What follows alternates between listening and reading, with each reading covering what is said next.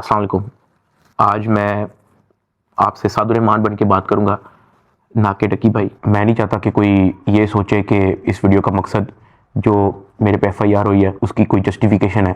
I am simply here to apologise. मेरे किसी भी कंटेंट से अगर आज तक कोई भी नेगेटिवली इम्पैक्ट हुआ है, मैं उस चीज़ के लिए माफ़ी मांगता हूँ। मेरी हमेशा से सिर्फ यही इंटेंशन रही है कि मैं लोगों को एंटरटेन करता रहूँ और कुछ ना कुछ जो है वो मैं नया लाता रहूँ। लेकिन मेरे अनजाने ना अनजाने में अगर मेरे से कोई कंटेंट कभी ऐसा पोस्ट हुआ है जिससे कुछ नेगेटिवली इम्पैक्ट हुआ है, या कोई प्रमोशन ऐसी हुई है जिससे कोई नेगेटिवली इम्पैक्ट हुआ है, मैं उस चीज़ के लिए पूरे कौम से माफ़ी मांगता हूँ। Let the court handle. मैं लीगली इस मैटर को एंड तक देखूंगा। मैं कोर्ट्स के साथ पूरी तरह कोऑपरेट करने को रेडी हूँ और कर रहा हूँ।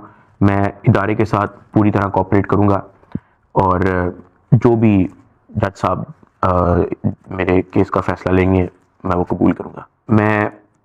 मेरा और मेरी फैमिली का जो 3.5 माह का एक्सपीरियंस है सिर्फ वो बताने आया हूँ। 16 अगस्त 2025 को जब मैं सो के उठता हूँ तो मैं बड़ा एक्साइटेड होता हूँ, क्योंकि हमने अपने दोस्त वगैरह मेहमान बुलाए होते हैं, हमने अपने घर में दावत रखी होती है। मेरे सब दोस्त आते हैं, बड़ा इंजॉय करते हैं, हम खाना शाना खाते हैं, गपशप लगाते हैं।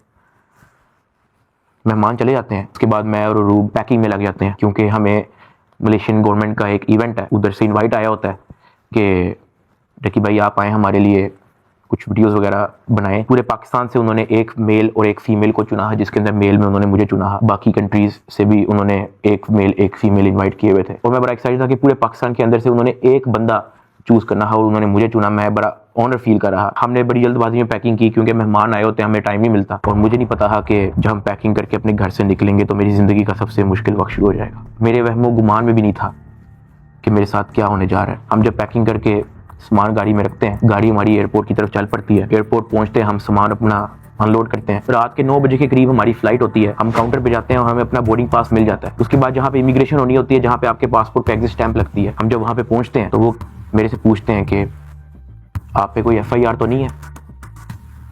मैंने कहा नहीं। कहता आपका साइबर क्राइम में कोई इशू है क्या? मैंने कहा नहीं। कहते आप हमारे साथ आ जाएं। मैं और रूब एक दूसरे की तरफ देखते हैं कि ये क्या हो गया। हम किसी को ऑन टाइम ज्यादा इन्फॉर्म ही नहीं कर पाते हैं। मैंने ज़िया को सिर्फ मैसेज कर दिया है कि ये इस तरह से इशू हो गया है, तो शायद हम फ्लाई ना कर पाए, तो आप प्लीज गाड़ी जो है वो एयरपोर्ट ले आओ और हमें यहाँ से पिक कर लो। हमें लगा कि शायद हमें बस सिर्फ फ्लाई नहीं करने देंगे और हम घर जा सकेंगे। 5-10 मिनट के बाद इमिग्रेशन वाले हमसे हमारे मोबाइल ले लेते हैं, कहते हैं कि इसको एयरप्लेन मोड पे लगा दें और रूब की तरफ वो इशारा करते हैं कि अगर आप जाना चाह रही हैं मलेशिया तो आप जा सकती हैं। रूब ने कहा नहीं, अगर साथ मेरे साथ जा रहा है तो मैं चले जाती हूँ, वरना मैं इधर ही ठीक हूँ।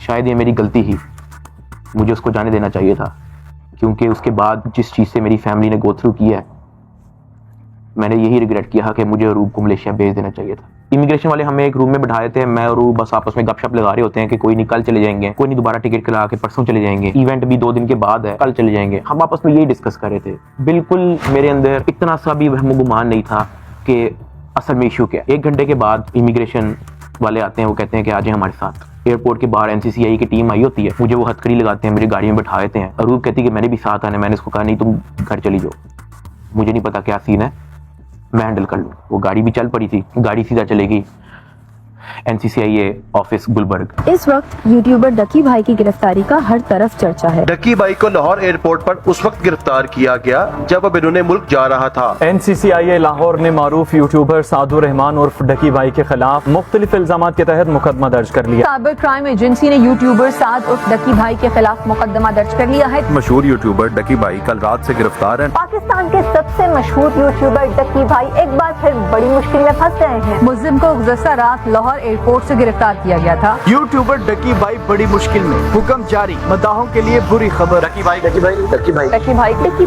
भाई डकी भाई। रात के तकरीबन 11 बजे हम NCCI ऑफिस पहुंच जाते हैं। हथकड़ी मुझे लगी हुई थी, मुझे ऊपर एक रूम में लेके गए। जब मैं NCCI के ऑफिस पहुंचता हूं तो वहां पे 6-7 ऑफिसर्स बैठे होते हैं। मेरी हथकड़ी वो खोल देते हैं, मुझे कुर्सी पे बिठा देते हैं और मेरी इंटेरोगेशन शुरू हो जाती है। वहां पे मेरे से क्वेश्चन करते हैं एप्लीकेशंस के प्रमोशन के बारे में। वहां पे मुझे पहली बार आइडिया होता है कि मेरा इस इशू पे मुझे एयरपोर्ट पे रोका गया। खैर मेरे से वो जो सवाल करते गए मैं उनको बताता गया। मेरे पास 3 मोबाइल थे, मैंने तीनों मोबाइल के पासवर्ड उनको दिए। उन्होंने मेरे से मेरे जीमेल अकाउंट के पासवर्ड पूछे, मैंने वो भी उनको ऑन द स्पॉट दिए। उन्होंने मेरे से मेरे लैपटॉप का पासवर्ड पूछा, मैंने उनको ऑन द स्पॉट दिया। ऐसा भी नहीं कि मैंने उनको कोई बहाना लगाया हो कि मैं पासवर्ड भूल गया हूँ, because I had nothing to hide. मैं इदारे के साथ कोऑपरेट करना चाहता हूँ। मैं ये नहीं चाहता कि इदारा ये सोचे कि मैं कुछ छुपा रहा हूँ। मेरा 23 दिन का रिमांड लिया गया। वो सारी